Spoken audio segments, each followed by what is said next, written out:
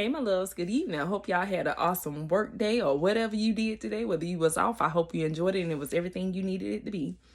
So, I want to come and tell you the story about the time the Narc and I was split up. This fool came back in.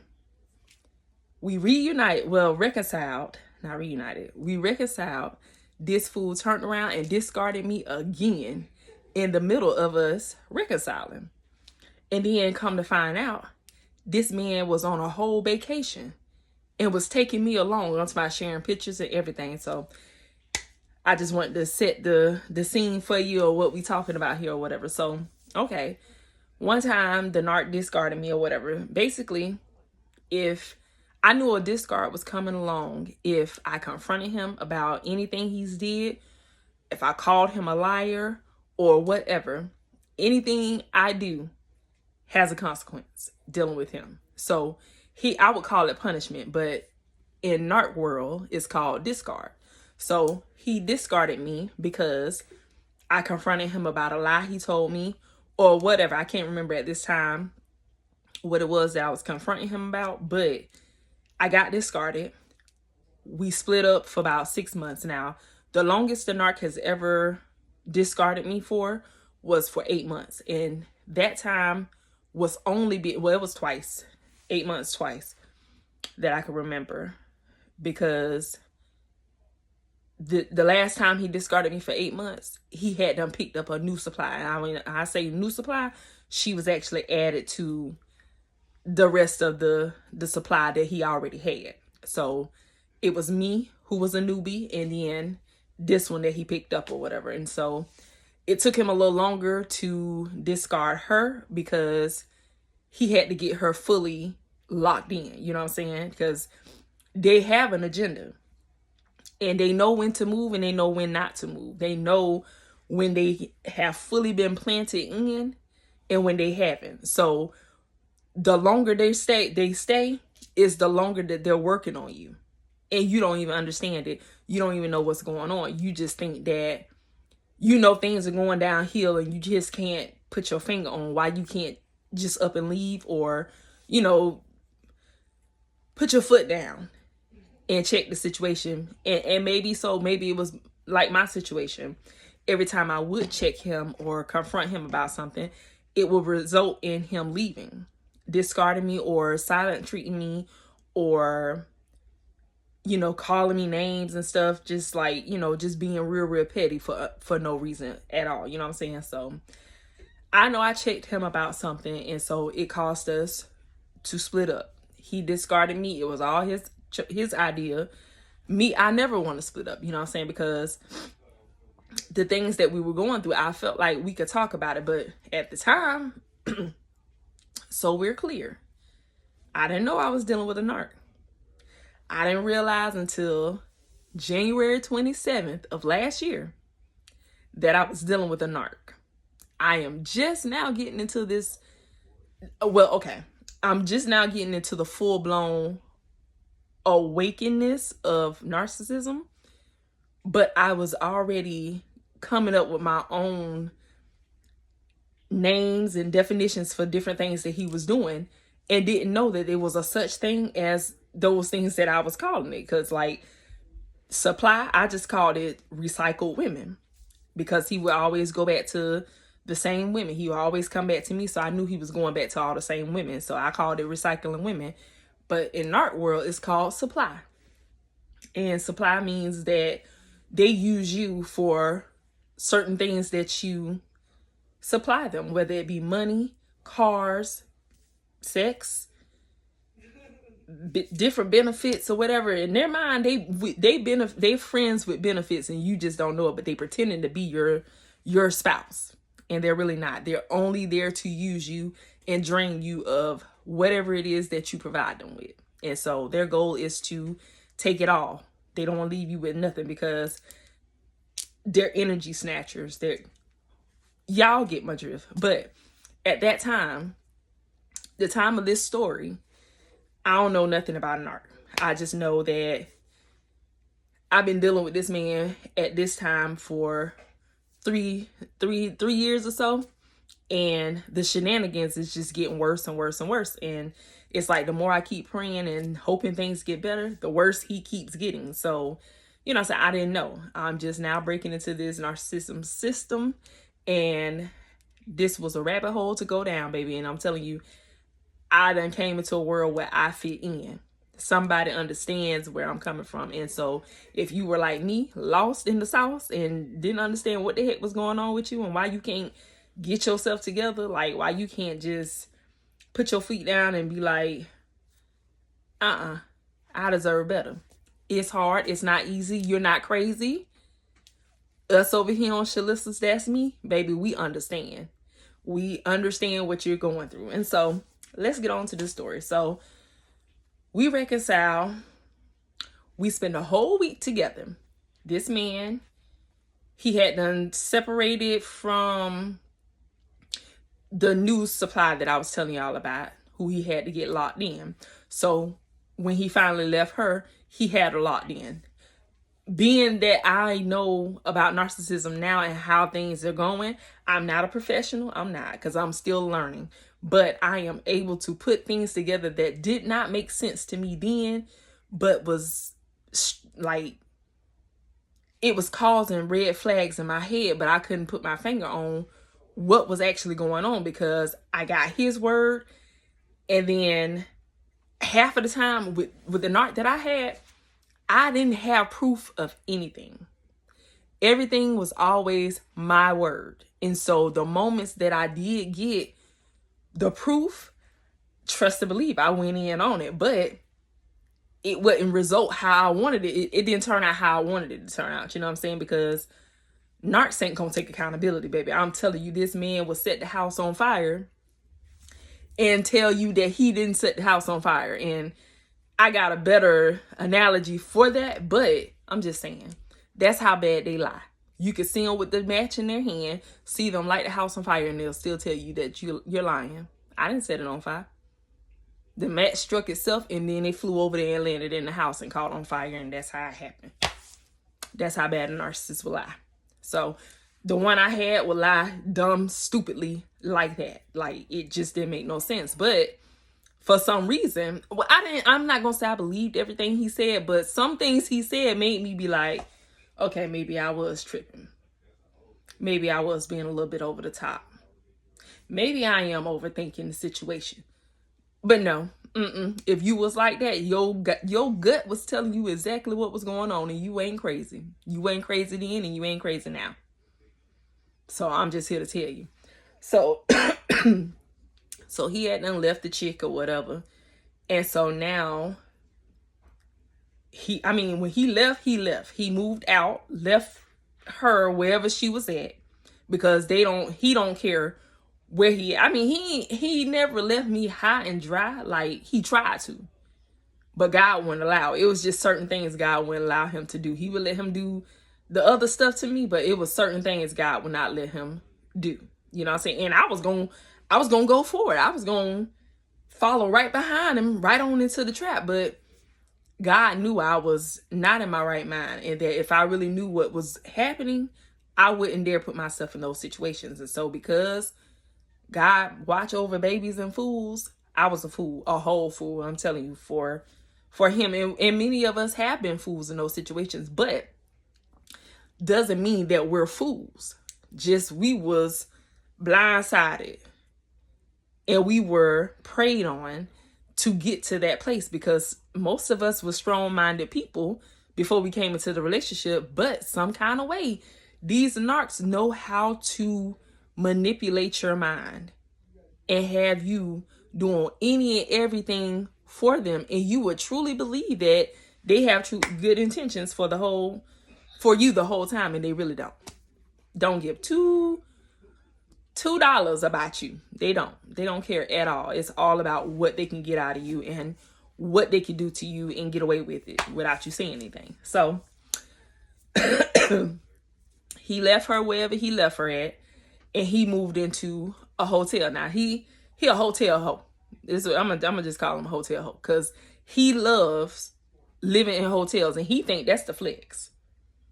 He think because he can stay in a hotel that's a flex, but he's still struggling in a hotel, because it costs to live in a hotel, baby. That ain't the flex, because the more money you put, we ain't talking about that. Anyways, he think that is a big flex because he can stay in a hotel. Which I found out that his money was a facade too. He manipulated himself and manipulated me, thinking that he had some money. And I'm telling you, he was making things happen. He was making things shake, but he ain't got no money because I was handling his, well, I wasn't handling his finances, but he was telling me his finances. And then when it was making it seem like, in the beginning, it was like, okay, he got all this money so he could help pay bills. He was paying bills. He was doing it. Anything we needed, he would make sure we had it or whatever. So I couldn't say he didn't have no money. And not until the end of the relationship that I realized, when I put 2 and 2 together, this man broke is a joke, ain't got no money, but they will go above and beyond to make you believe their lie. Make you believe that they got money, make you believe they rich, make you believe anything, make you believe the sky is purple. They will do that because they know how to manipulate a mind. They do. They are masters in that. So he locked the girl in or whatever. He left her. He moves into a hotel. So now when he gets in those predicaments, that's when I come and play. Because here we share a lease together.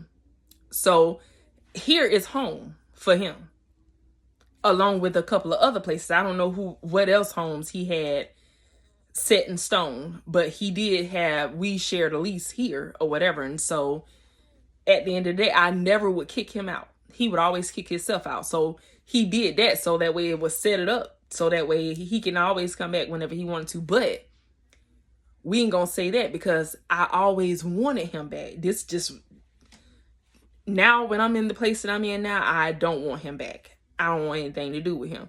But in the previous years, I've always wanted him back when he would discard me or whatever. So we just keeping it 100. I would always want him to come back, you know, so the pain can stop and all that good stuff. The things we already know. So I've already told this story. Well, some of the story is kind of gonna coincide with some other stories that I told you, but this is a story that I hadn't told y'all or whatever. But it's still about the recent past narc that I was dealing with, which this situation helped me open my eyes. This is when the light bulb went off and I got a little, I got a little dignity in myself and started, gaining self-worth just a tiny bit, because I ain't have a whole lot. He was working me, baby. When I tell you he took me on that roller coaster, baby, I was dizzy and ready to get off, but didn't know how to get off the roller coaster. My dumb butt just still sitting on the roller coaster, holding on to the rail like, I guess we finna go around again. That's how lost in the sauce I was. I wanted to get off, but I didn't know how to get off. And so this story here is leading up to when the light bulb is starting to go off, and it's like, hold on, wait a minute. This ain't right. So the fog was clearing. We gonna call it the fog was clearing at this time. So he left the girl. He contacts me. And the narc that I dealt with, it didn't take a whole lot for him to get me back. We had 14 minutes. I'm trying not to make this video super duper long. But it didn't take a whole lot for him to get me back. This fool can call and be like, hey, how you doing? No, it don't go like that. I'm sorry. He be like, I'm sorry to bother you. Tell your man that I'm your baby daddy and I ain't trying to start no problems between y'all. Okay, because I want him back. I'm always gonna say, now I ain't got no man. If I had a man, I wouldn't answer this phone for you, because I'm not gonna be disrespectful to my new man. So if I'm answering the phone, that means I'm still single or whatever, because I'm thinking I'm saying something that's, I think I'm doing something because I say that. But no, that's to a narcissist, baby. The fact that I answered the phone was all he needed. because he knew that I was still in the place of wanting to be with him. He already knew this because we done this over 10 times. Yes, I was a fool 10 times, but when it was time for me to see and wake up, I woke up. But I am going to keep it real. I was lost in the sauce, baby. He had his claws in me, baby. He was taking me up and through there. I'm telling you, I couldn't get off that roller coaster and didn't know how to, but I wanted to. But I'm still sitting on it like, okay, I guess we're going to go around one more time. That's how lost in the sauce I was. And so he comes in with old petty conversation, and me, I'm just happy that he called, because I'm just like, man, I was terrified if he would never come back again. You know what I'm saying? Because I wasn't done. I was like madly in love with this man and didn't know what to do with myself. But I knew that the way that he was treating me, I shouldn't be treated that way, but didn't know how to stand on my own 2 feet. Because if I say something, if I confront him about how he making me feel, and it's making him feel like he got to take accountability, he finna run. And you might say, you should have let him run. But that's not what I wanted at that time. I'm not in that place no more, but that's not what I wanted at that time. At that time, I wanted him to come home, because whenever he discarded me, the pain of him being out of my life and me not knowing what's going on, and or if he's ever going to come back again, was really tearing me up and inside. And if you know, you know. You know what I'm saying? You know exactly what I'm talking about. So it's like I wanted him to come back. So he already know the routine. He come in, he say something stupid and petty. I go into my rant about, how he gonna stop playing with me and this, that, and the third. And the man is literally sitting there laughing, and he laughing at me, like hard down laughing at me for real, because he already know that he really don't care about what I'm talking about, because he's still gonna do what he gonna do. I'm still gonna come in there and run you raggedy. So, I mean, you sitting here saying all this stuff. I hear you, but it's a waste of your time. But he wasn't saying that to me. You know what I'm saying? He was acting as if, oh, he done seen the light. He changed. Things is different. He doing different stuff that he wouldn't do before, but things that I complained about, and now he's doing them now. And I'm feeling like, okay, he a changed man. Okay, maybe my prayers are working. Like, we finna be happy. We finna go ahead and get married. We finna go ahead and get things together. Yes, I wanted to marry that man. I did. I prayed so hard for this man to change, and I wasn't supposed to be praying for him to change. I was supposed to be praying for me to be changing. So that's what we be messing up at. Pray for yourself to change, because the narcissist is going to be who they is. They done been that way all their life.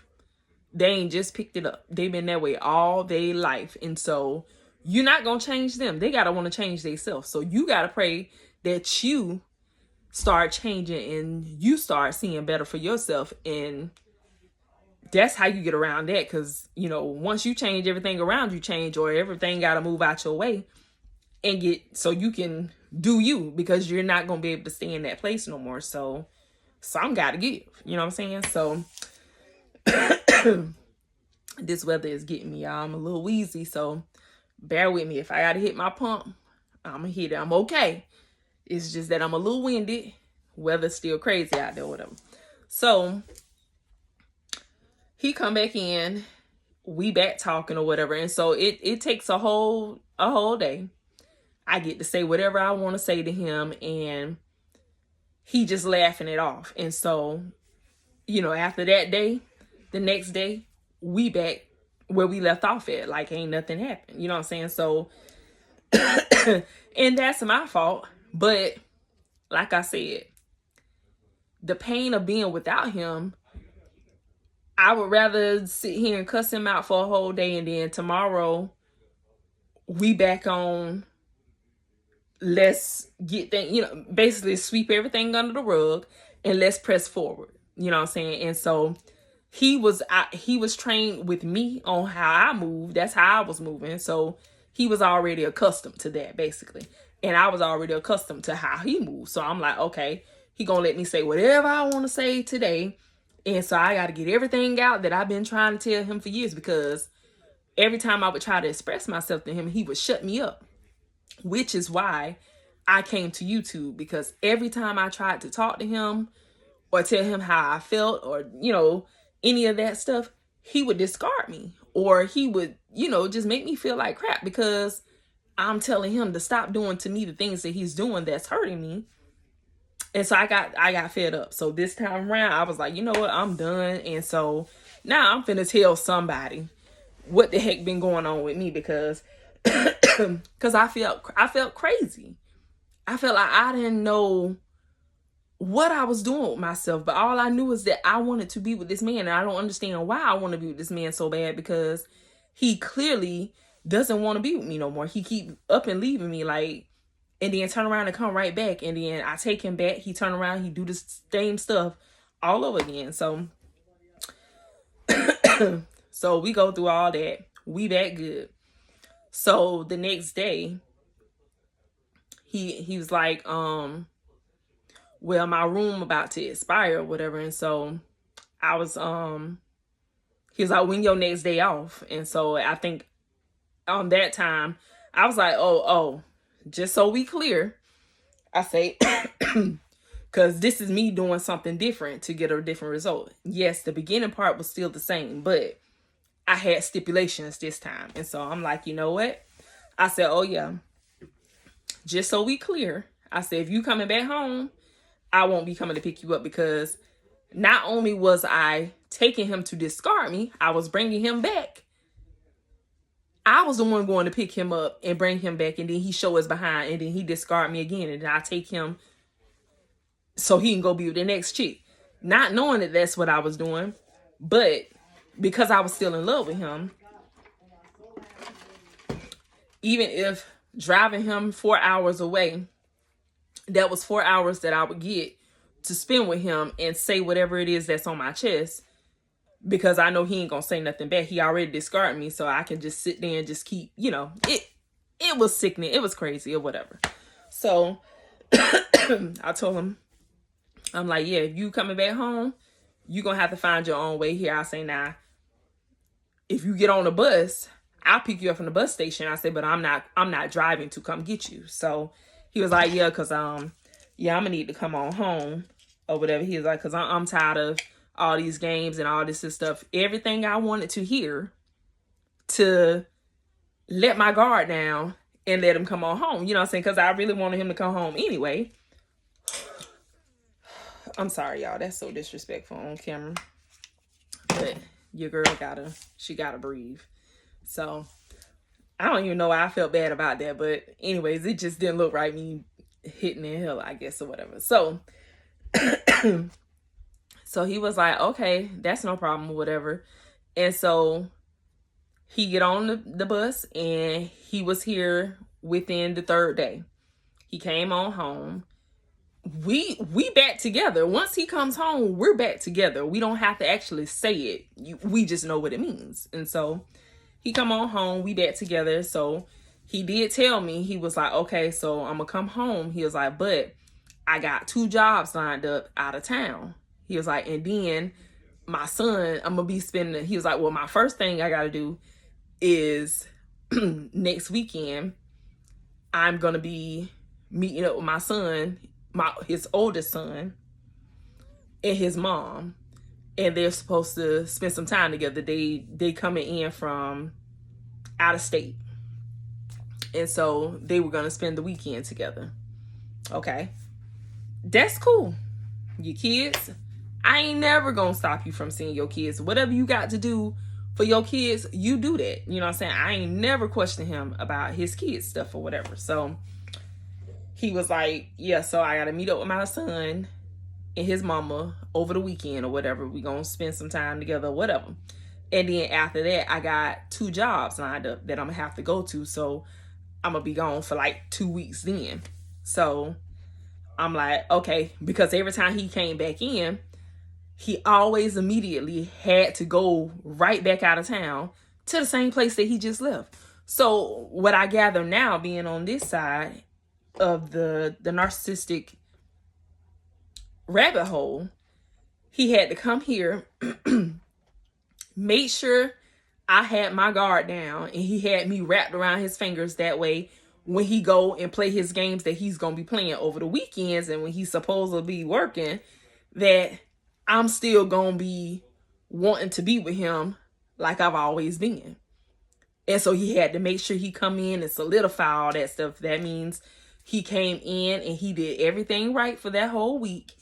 There's no arguments. There's no red flags that make me think that, you know what I'm saying, he still got something going on with the other women or whatever. But he did, because this man, his phone was always on him. And first of all, if you dealing with somebody and they always got their ringer off, for me, that's a red flag. That's a red flag. He don't never have his ringer on, but yet we'll be talking and then all of a sudden, hello. When did your phone ring, sir? How you know? He had a flasher on his phone for when it rang. Then he got it on vibrate, and so he always got one of them clip phones. Like you put the phone inside a little clip and you can clip it onto your hip or whatever. So when it rings, it vibrates instead of making a noise, because he don't want you clocking how much his phone ringing. And so for that means your phone blowing up off the hook, sir, because why does it matter how many times your phone ring? I mean, like, that's not gonna make me be like, well, dang, who keep calling you or whatever. You got a business. And then sometimes I used to break stuff down to him like, listen, just keep it G with a real one, because baby, listen, I done played these games before. I'm sitting here trying to tell you how to play the game a little bit better. And that was crazy too, because I'm just like, you know what, give me your player card, because you don't know how to use it. You rusty, you get messy. You just give me your player card, because you losing the game, sir. You got your phone on vibrate. Phone always glued to you. You look suspicious. But I ain't never questioned him about his phone, because he paid his own phone bill. He paid mine or whatever. But that's a setup too. Let me pay your bill so you can stay out of my phone and just worry about yours. And that, since I'm paying your bill, you shouldn't question me about nothing. I don't play them games. Don't try to pay my stuff so that way when you doing me dirty and I feel like you doing me dirty, that because you paying some bills that I shouldn't say anything to you. Oh no, baby, I'm gonna say what I gotta say and you still gonna pay my bills. That's how I roll, and that's how I did him. He could get me on anything else, but we didn't play when it came to them bills, baby. Listen, this man laid up in the hospital. And everything, sitting there talking about he ain't gonna pay my phone bill, but your money is on me. I'm holding your money, and you're not gonna pay my phone bill that you already been paying because I caught you cheating in your phone, that you about to make plans to go and cheat on me in the rental car that's in my name, and you not gonna pay my phone bill? Oh, you was a lie. So as soon as he said he ain't paying my phone bill, my phone was off. I turned it right back on with his money and called him and said, my phone back on. Thank you for your payment, sir. What you gonna do? And at that time, because, I ain't never had to get feisty like that before, but I didn't know how he was gonna react. But I'm like, at this point, I don't care how you react. You the one doing me dirty, and because I said something, and he only laid up in the hospital because he's running from accountability. So which is manipulation, I'm gonna go to the hospital and make her feel real bad for confronting me about cheating on her. So I'm like, oh yeah, you gonna pay this phone bill, sir, because I still got things I want to say to you, and I'm coming to the hospital to see you. But that's a whole nother story. So anyways, so he tells me to run down, because see, when we on the discard thing, like when we reconciling and everything, he tell me his every move. He tell me where he at, what he doing, who he with. He put it on video. He scanned the room for me and all this stuff. And then as soon as we connect back and lock in, now he don't have to do none of that stuff. He ain't got to reassure me nothing, because I got you locked in. So you ain't going nowhere. And so he told me all that stuff, and I'm like, okay. Those are plans you had before you came back into the relationship. So who am I to say, no, you can't do that, and no, you can't do this, when you already had those things planned? I had stuff planned before he came back in, but it didn't involve no other mans or anything like that. So,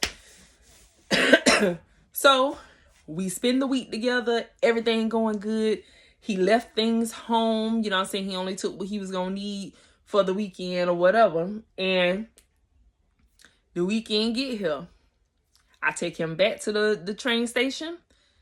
The bus station, I'm sorry. Take him back to the bus station. He gets on the bus. The whole way on the bus, he calling and checking in. He doing everything he's supposed to do as my man. But soon as he touched down the way he at, oh, now you ain't calling. I don't know you off the bus. I don't know what's going on. I'm sitting here calling him. He ain't answering the phone. You done that to me before. When you do that, when you go out of town, you with another woman. And so now you don't want to answer your phone. You ain't texting me. You ain't calling me. And then when you finally do get him on the phone, he got this attitude. Like I disturbed his situation he got going on because I'm calling him. So it's late. He should have made it to his destination at like 11 o'clock at night. So here I am waiting on him to let me know he done got off the bus and that he done made it to his hotel room, because I always assume that he's at a hotel room or whenever when he goes to go out of town. But he could be at a hotel or he could be staying at the supplies house or whatever. So here it is. I'm hitting him up. You know what I'm saying? I ain't blowing him up. I ain't, you know what I'm saying? I ain't going crazy or anything. I'm just like, you know, I'm going to just give him a little time to do him. But because I know him and how he move, you know what I'm saying? I'm just like, well, let me just hit him up and see if he done made it in or whatever. So I shoot him a text. I don't call. Shoot him a text and I ask him, you still on the bus or you done made it off the bus? He sends a emoji because he loved texting with emojis and stuff like that, different pictures that say different things on it or whatever. And so he sends the emoji of the little girl flinging her hair back and saying, duh.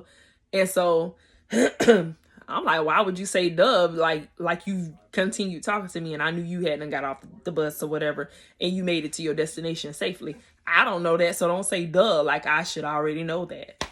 You know what I'm saying? So that was minor, that was petty or whatever. But so here it is now that I got him to respond. Now I'm constantly texting, you know what I'm saying? Because I want to, you know, because I'm feeling like, you know what I'm saying? I want to just make sure he ain't with nobody. So I'm going to keep texting. And if he stopped texting, then I know what's up. You know what I'm saying? So he texts on for a little minute. So I'm assuming that the person who the supply he had met up with didn't pick him up from the bus. Maybe it was somebody that me and him knew that wasn't, you know what I'm saying? Maybe it was like a family member or whatever. And so at that time he could text me. But once he got to his destination, text messages stopped. So I do a little check-in because I know him. If he with somebody, he gonna turn that phone off. So here I am. I'm texting, and he ain't responding. So I call the phone. The person you will call has a voicemail box that's full that has not been set up or something, da-da-da-da-da. So he got the phone turned off. So I'm freaking out. Because I'm just like, oh, so you want to come in and play with me? Like, we just got back together and you already tripping. So next morning, I'm calling. And then when he finally calls me back, he's like, why are you blowing up my phone? This, that, and the third. Hold on, sir. You the one out of town. You the one supposed to be checking in and telling me what's up.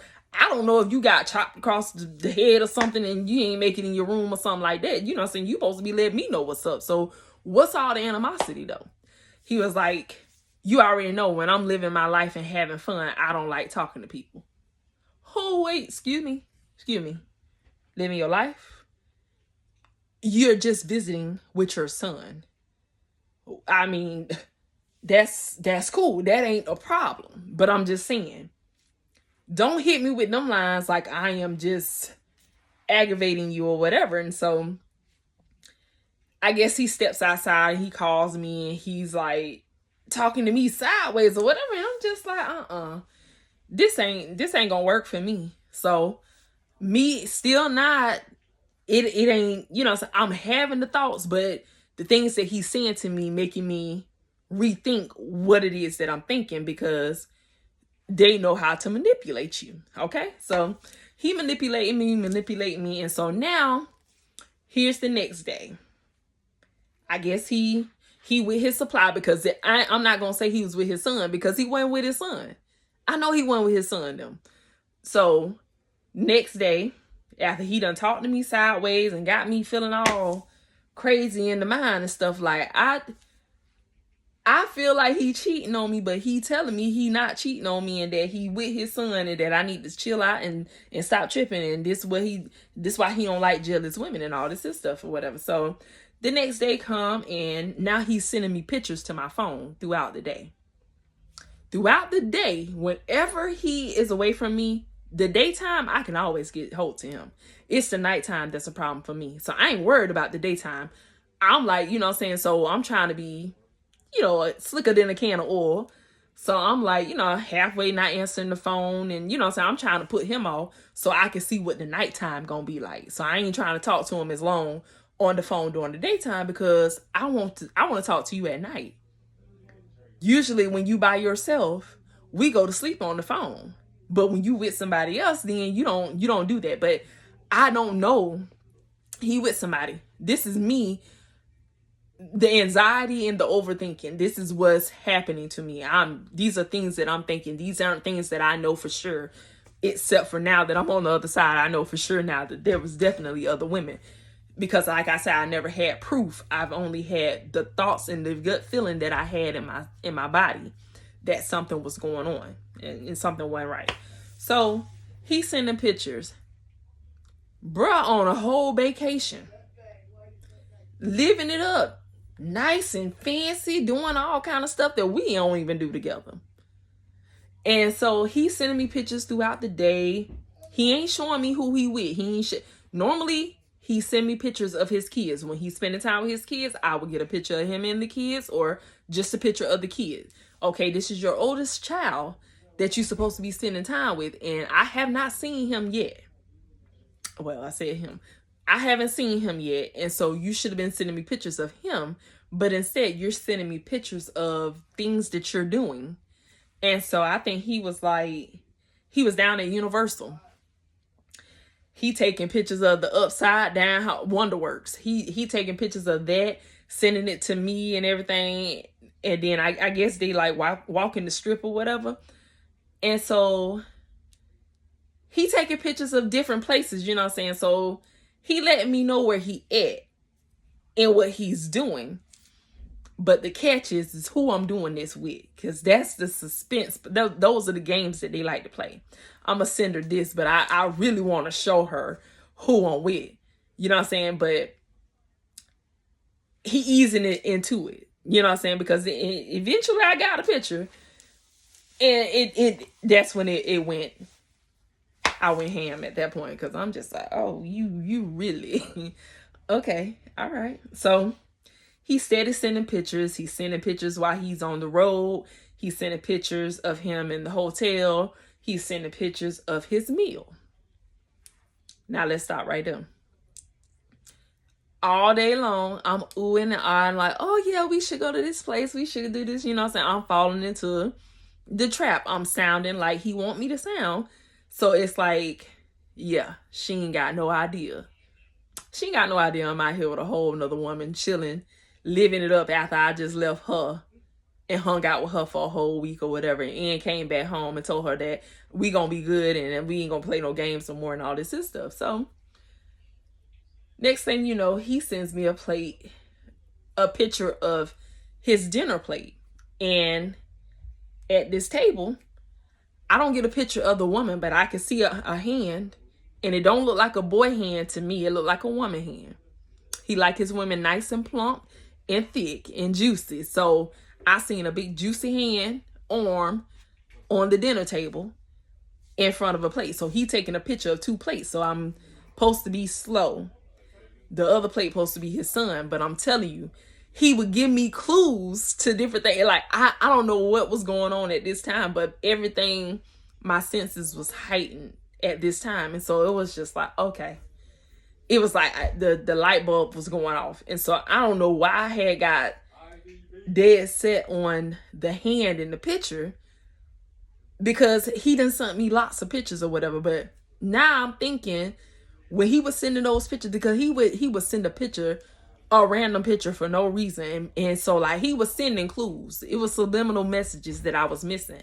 But this one time when he sent this picture, I'm like, you know what? I done blew a picture up. I'm looking at this picture. I'm sitting here like, that's a woman's hand. This fool ain't hanging out with his son. He on a whole full-blown vacation. He chilling with a whole nother woman, and he's sitting here throwing it in my face. So once I seen that picture, everything went different for me. I was like, you know what? He basically came back in to get his lick back because he felt like, oh, when I discarded her the first time, when I came back in, I was supposed to be broken and sad and not have my stuff together. I was supposed to be jobless, homeless, whatever he had in his mind that he was supposed to be doing to destroy me when he left the last time. When he came back, those things weren't so. And so it's like, oh, okay, well, since I didn't break her that time, I'm going to have to go ahead and break her again. So he was literally sending me stuff to let me know that he playing games. So after I seen that picture and I slept on that picture, I'm like, you know what? Yeah, this him being funny. He out with a whole nother woman. He's sending me pictures of their whole date. And not until we got to that picture of the dinner plate and I seen that arm and that hand, I was like, yeah, I'm not gonna play this game. So the first morning, that morning, I texted him, said good morning. He didn't text me back until about 2 o'clock in the afternoon. So once he texted me back 2 o'clock in the afternoon, by that time, I done had a talk with myself. And I'm like, you know what? These are the same games that he was playing before, and we not gonna play these games no more.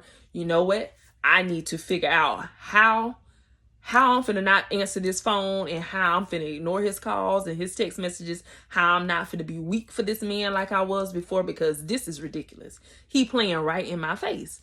So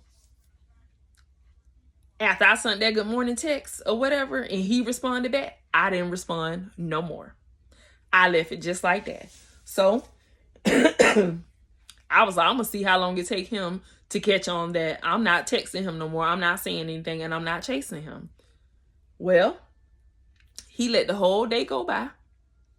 After that text message he sent or whatever, he let the whole day go by after I didn't respond. And then first thing the next morning, here he is texting me something stupid.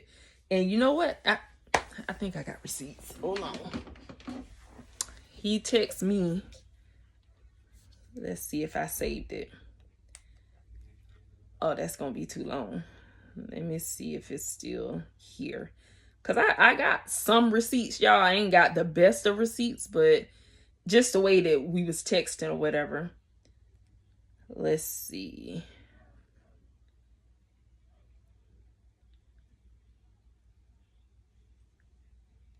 He was like, and this is an old phone that's not on. This phone is so outdated.